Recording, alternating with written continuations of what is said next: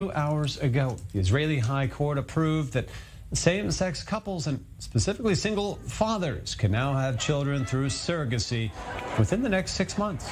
Well, that ruling comes after the government asked the High Court of Justice to amend that current surrogacy law last Tuesday. The court rendered the law unconstitutional a year ago, but the deadline was extended on several occasions. The court ruling said that a, quote, LGBTQ plus family, as well as a single-parent family of a mother or father and other models, are all families. No one has the right to discriminate against parents, close quote.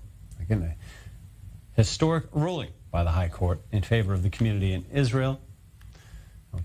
I'm joined by Amit Lev Brinker, an activist in Tel Aviv for the community here. Appreciate your time with us. This has been somewhat of a snap development on us in the last hours, but I know this has been an issue, a big issue, really for the country for a long time now. So how do you feel just upon hearing the court's decision today?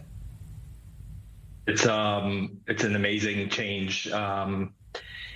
We didn't expect the so-called change government to be presenting change so rapidly.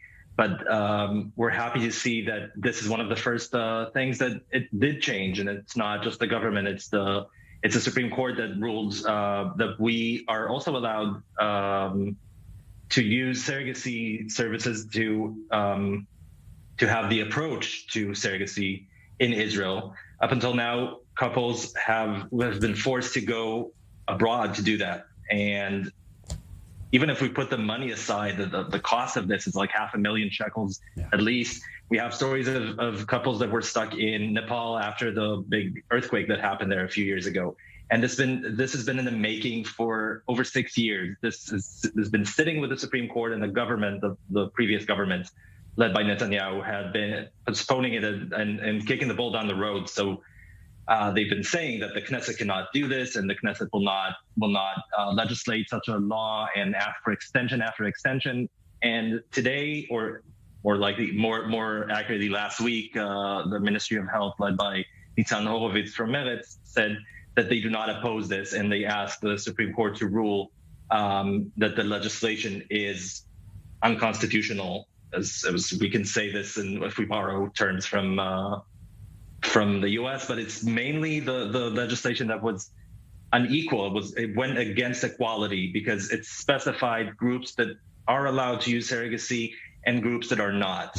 And putting aside your ideas about surrogacy, the fact that there was a law in 2000, I think it was legislated in 2019, that says that gay men cannot use something or cannot do something in Israel is discriminatory. So it's not even unconstitutional. It goes against anything a democracy stands on.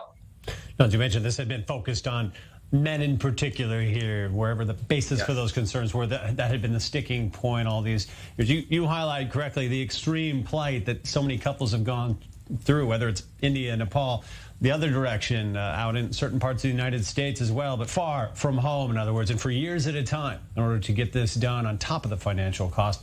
Given this change now, and from your knowledge of the community, what do you expect to see within the next year? Will there be a boom, essentially, of children coming into these families, or what do you think the reaction will be right away? Well, we are a country of children. Israel and basically mainly Jews are.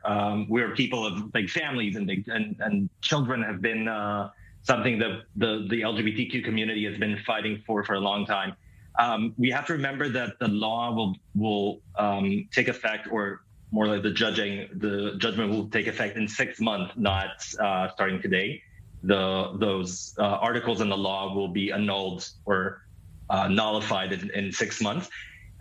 So I believe that we'll see a lot more gay men asking or looking for a surrogate woman to assist them in bringing a child into this world.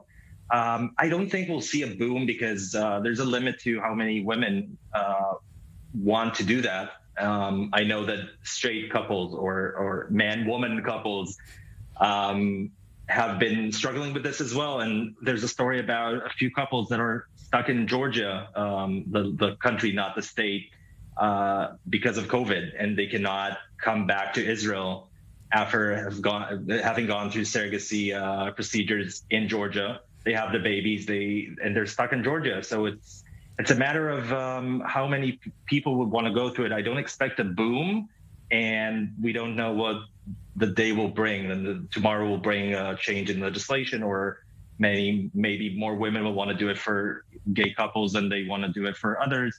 I don't know. I don't expect a boom, but it's certainly happy news for a lot of my friends. Definitely a positive development. For my mother, yeah, and for my mother as well, I'm sure. Coming up at the end of the broadcast, Amit Levbrinker, thanks for joining us on a short notice, certainly on this important development for the community at large. Thank you.